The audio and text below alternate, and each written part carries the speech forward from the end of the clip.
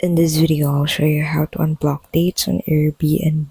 Log into your account and go to your listings. So go ahead and click on that switch to hosting button. Go ahead and click on the top right corner of your screen and click on manage listings. And that will redirect you into this page. So in this section, go ahead and look for that specific listing. Head over into the pricing and availability section on the left side of your screen. So click on pricing and availability, and in this section you can actually set your calendar availability. As you can see in here under the preparation time, you'll be able to actually modify or unblock dates on Airbnb. So go ahead and click on that edit button. So in here you can go ahead and change this, so you can block one night before, block 2 nights before, or none. Set it to none and save it, and that is how you can simply unblock dates on Airbnb. Thank you so much for watching, and we'll see you in the next video.